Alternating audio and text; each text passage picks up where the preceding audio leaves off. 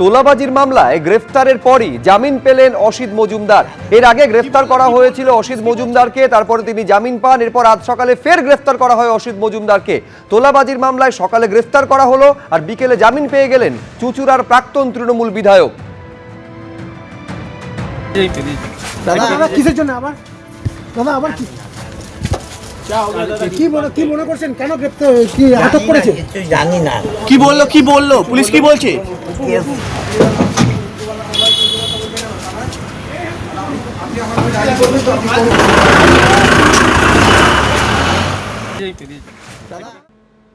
একুশে জুলাইয়ের কমিশনের রিপোর্ট নিয়ে তোলপাড়ের মধ্যে খণ্ড বিখণ্ডভাবে তৃণমূলের 21শে জুলাই পালন 4 জায়গার ছবি আপনারা এই মুহূর্তে দেখতে পাচ্ছেন। বিড়লা তারামণ্ডলের সামনে ক্যাথিড্রাল রোডে কালীঘাট তৃণমূলের সমাবেশ, অন্যদিকে মেয়র রোডে গান্ধী মূর্তির পাদদেশে সমাবেশ ঋতব্রত তৃণমূলের। দিল্লিতে রাজঘাটে শহীদ দিবস পালন তৃণমূল থেকে এনসিপিআইতে যাওয়া সাংসদদের, আর অন্যদিকে শহীদ মিনারে সমাবেশ করল কংগ্রেসও।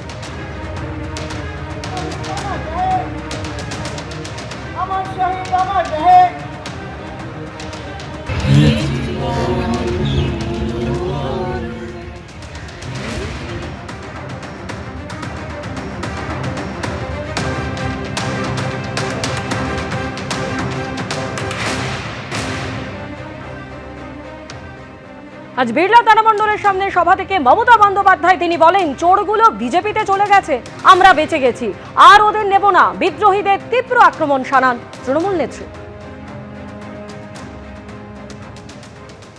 নকল বেরাল তপস্বী হয়ে বিজেপির পাশ বালিশ না হয়ে চ্যালেঞ্জ, বিজেপিতে যান, বিজেপিতে যান, বিজেপি ডাইরেক্ট করুন, আমার কোনো আপত্তি নেই। যত যাবে তত আমি খুশি হব। আর সেই জায়গাটা পূরণ করবার জন্য আমার ছাত্র আছে, আমার যুব আছে, আমার পুরনোরা আছে, আমার নতুনরা আছে, তারা বলে দেবে। আপনারা তো ইঁদুরের মতো বালিশের খোলে লুকিয়ে থাকেন, কখন বালিশটা কাটবেন। আর আমরা সুন্দরবনের বাঘের বাচ্চার মতো লড়াই করি। এটা আপনাদের সাথে আমাদের তফাৎ। পার্টি সিম্বলে জেতার পর বিজেপি, আর আপনারা এত ভোগী, 2 মাস সহ্য করতে পারলেন না। এই যে চোর চোর বলে বেড়াচ্ছে না, আমরা বেঁচে গেছি, চোরগুলো বিজেপিতে চলে গেছে। না, নেব না, একদম নেব না। সৌজন্য বলে তো একটা বিষয় আছে, এবং আমি ওই লেভেলে নামবো না, কেননা আমার শিক্ষা, সংস্কৃতি বা রাজনৈতিক চেতনাবোধটা আমাকে বাধা দিচ্ছে। কিন্তু কে চোর, কে বালির টাকা, গরুর টাকা, সোনার টাকা, কনস্ট্রাকশনের টাকা কোথার থেকে নিয়েছে, সেগুলো দেশের মানুষ জানে।